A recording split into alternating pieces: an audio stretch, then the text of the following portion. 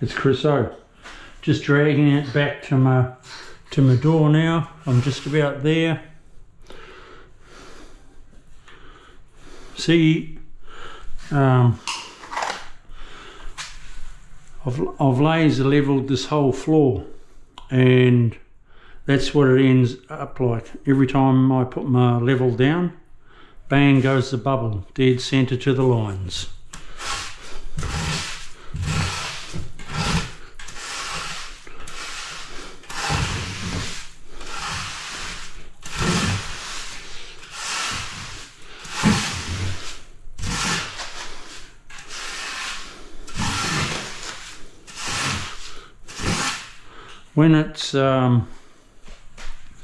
When it's wetter, when it's not so dry, and you've got your pads and lines all sorted and that sort of thing, it is so easy and fast to drag back DIYs.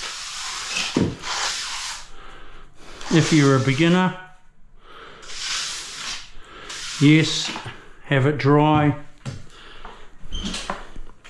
When you've done a few, wet your mud up slightly.